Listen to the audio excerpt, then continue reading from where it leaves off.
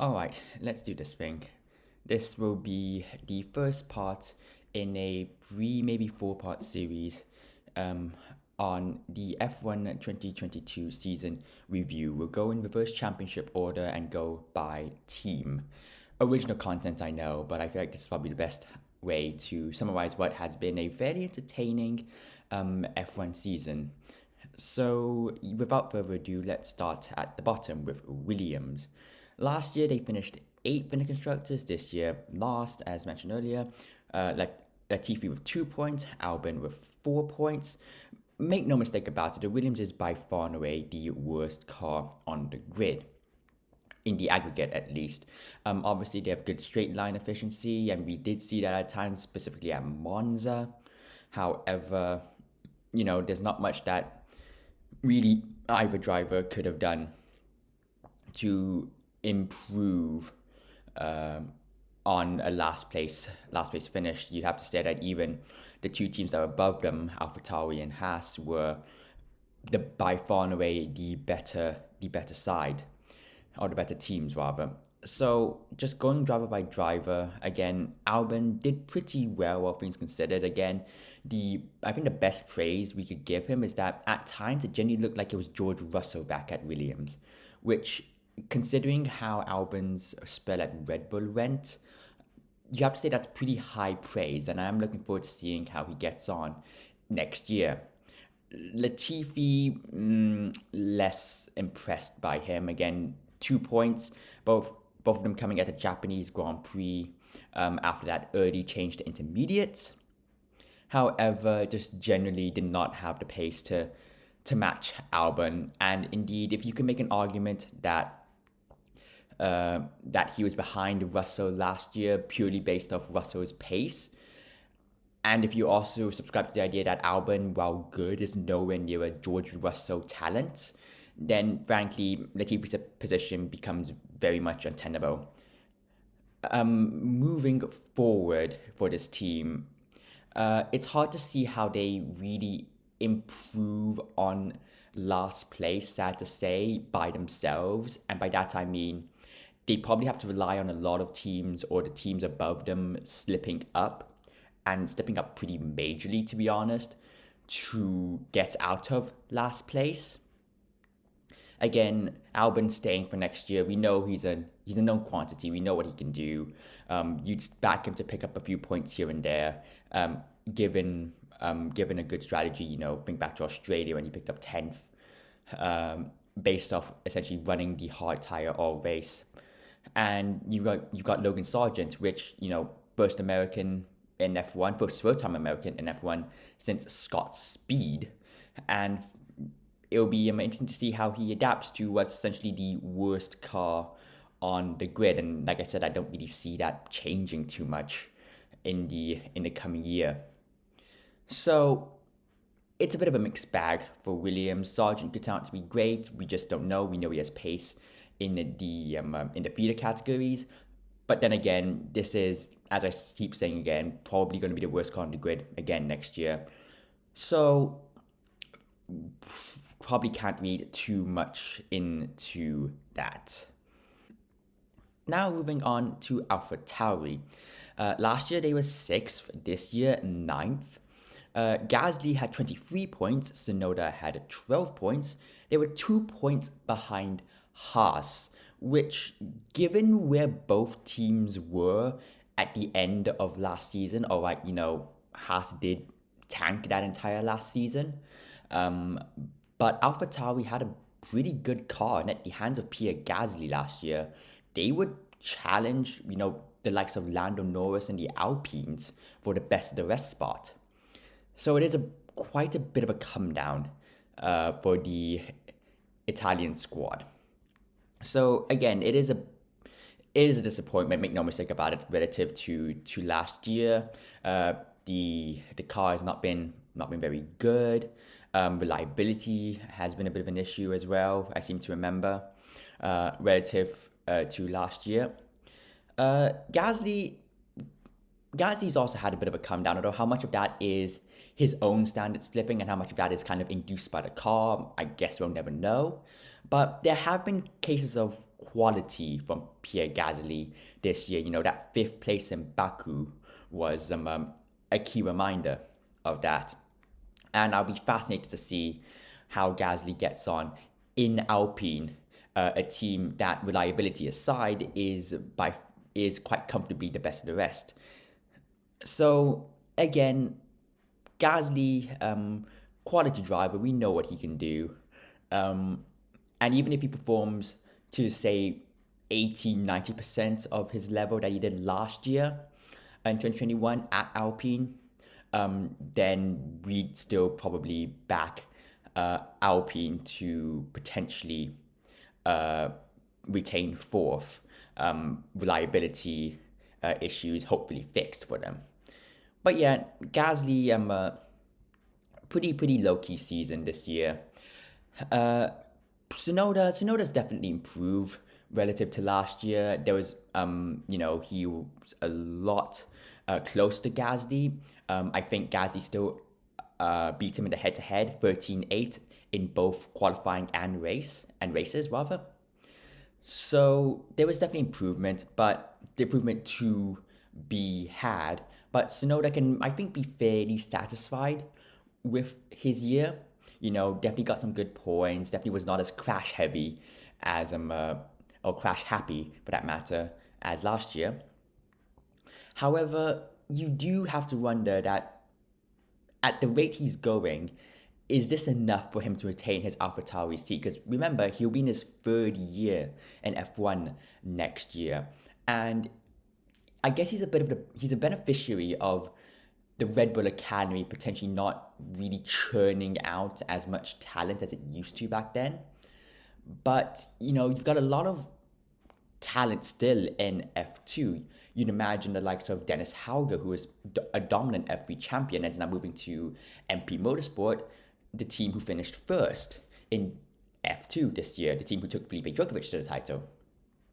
You've also got Jehan Deruvela, who will be Dennis Hauger's teammate. You've got a young up-and-coming rookie in Isaac Hadjar as well, and Ayuma Urasa, you'd imagine, was really coming on strong towards the back end of the F2 season, and in some quarters, it's considered the F2 title favorite.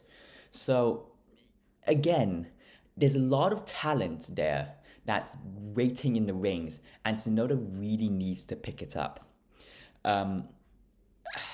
It's whether he can or not is a different story. Again, we will see how it goes. But again, AlphaTauri just kind of had a pretty down season to round this section off. And again, when your driver's bromance is the thing that your team is most remembered for come the end of the season, you've had a very, very subpar season. I think it's probably fair to say. Now on to the most interesting out of the three teams in this section, Haas. So last year they were 10th, a pretty miserable 10th. This year they were 8th, beating AlphaTauri, as I said, by 2 points. Magnussen, 25 points. Mick Schumacher, 12 points. So, again, huge steps forward made, especially in the early stages of the season. Think back to when the Haas was challenging the Merc in Bahrain and even in Imola. And again, you kind of get the sense that, okay, Haas, we know they have the smallest team on the grid. The question is, can they cash in that strong early form with some good points before the inevitable decline towards the mid-season, towards the end of the season? And again, that's not necessarily, a failure on Haas's part. The fact that they would inevitably decline. Again, this is, by all accounts, the smallest team on the grid with potentially the smallest budget. So it'll be interesting to see if they can build on from this season moving forward. And I guess potentially the Ferrari links could still be useful here because Ferrari had a pretty decent car this year. And so if they can try and, use that knowledge to put into the new Haas for next year, that could hopefully propel them up the grid a little bit more, although it will obviously be harder each space to climb a space in the F1 constructors is always slightly harder, slightly harder. Uh, every position you attempt to move up in. So again, their early season form them. Did definitely help them again. Like I said, finished 2 points above Tauri.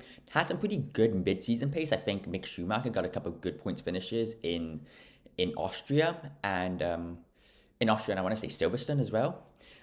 So yeah, definitely, there is definitely potential for this team. Now, talking about the drivers, Kevin Magnussen. Kevin Magnussen is arguably the driver story of the year. You know, he left Haas pretty unceremoniously. He said he was glad to be out of Haas. Was doing stuff for IndyCar and had an IMSA seat lined up with Peugeot, or rather apologies, was doing stuff with IndyCar, IMSA, and had a WEC seat lined up with Peugeot. Good to get these things correct. And then Haas called him back thanks to events that I'm sure everyone knows about. And again, finishes fifth on his second debut with the team in Bahrain. And who can forget that pole position in Brazil? You know, what a feel good story that was. And again, Kevin Magnussen, given the right circumstances, can still deliver. And you can make an argument that for a team like Haas, who, all things considered, would probably be out of the points, if if every other team ran to where they would expect to be. So Kevin Magnussen can make the best of those few opportunities where there was a sniff of a big result, and he can fully capitalize. So there was still very much a huge upside to Kevin Magnussen, and great to see him back in in Formula One. Again, I was quite high on the Kevin Magnussen hype train back when he was at McLaren, and to be honest, I thought he deserved quite a bit more time at McLaren. But perhaps considering how McLaren went from 2014 to 2015, 2016, perhaps it's best that he got out of that team. Who knows? Now, Mick Schumacher is a lot harder to evaluate. And again, just looking at like the underlying numbers, okay, was outscored at a rate of nearly 2-1 by Kevin Magnussen, and lost 7-14 in qualifying, head-to-head, but actually, and this is a stat that kind of surprised me, was up 14-7 in races. So he actually outraced Kevin Magnussen. It's just that in the races that mattered, he did not. And again, this does include DNFs as well.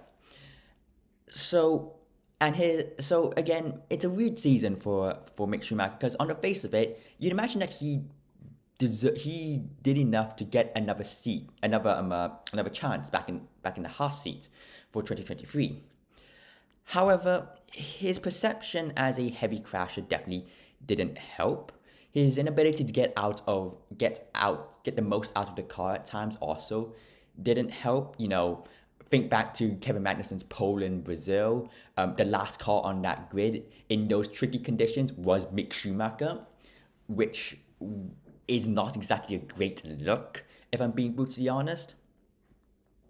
And it just genuinely, even though he seemingly had the pace, and indeed the stats back it up that he had the pace to beat Magnussen over a season, it just didn't really feel like it at times. There were glimpses of pace for sure, but you can kind of understand even if it's a bit hard to swallow, why Günther Steiner and Gene Haas did decide to get Mick Schumacher out of the team and get a new teammate for Kevin Magnussen and Nico Hulkenberg. Whether Nico Hulkenberg was the right choice or not could be a complete separate discussion. But again, when you're being told to step up your pace around Baku, around I think Baku was like the 6th or 7th race in the season, that's not a good sign. And so it proved. It probably doesn't help that, as I said again, the most memorable moments of Mick Schumacher were either one, his heavy crashes, or two, his bromance with Sebastian Vettel. And again, similar to the Alpha Tauri situation, when you're being known for things other than your racing, you've probably had a subpar season. So definitely the hype around Mick Schumacher, there's potential of him being a future Ferrari driver, which how much of that was deserved, how much of that was due to the hype his Schumacher name brought is up for debate. And he's also been dropped by the Ferrari Young Driver Academy as well, which also doesn't help. So the hype train is definitely paused for now. Whether it'll ever resume is up in the air. He's been quite strongly linked to a Mercedes reserve seat, especially now that Nick de Vries and Stoffel van Dorn have both gone to other teams. Uh, we will we'll see whether that leads to anything. But F1 is a crew business, and unlike the likes of say Hulkenberg or Kevin Magnussen, ironically enough, he doesn't quite have the career portfolio such that a team, a future F1 team who needs like a established driver who's been in F1 and is out of an F1 seat would look to shoot like I'm not sure those teams would look to Mick Schumacher in the same way that Haas has looked to Hulkenberg and Magnussen to put in one of their seats. Again, it's the future. Whether Schumacher will get a seat in the future, we will. It's up. It's an open question. It's up in the air. We'll see. I am very curious to see how the Haas pairing of Magnussen and Hulkenberg continues, or rather, is like moving forward. Again, Hulkenberg and Magnussen are known quantities at this point. Whether Haas will give them a car that is capable for them to show their undeniable talent, I think is probably the biggest question that this team has, as opposed to any of their drivers having questions surrounding them. I guess with Haas we'll wait and see.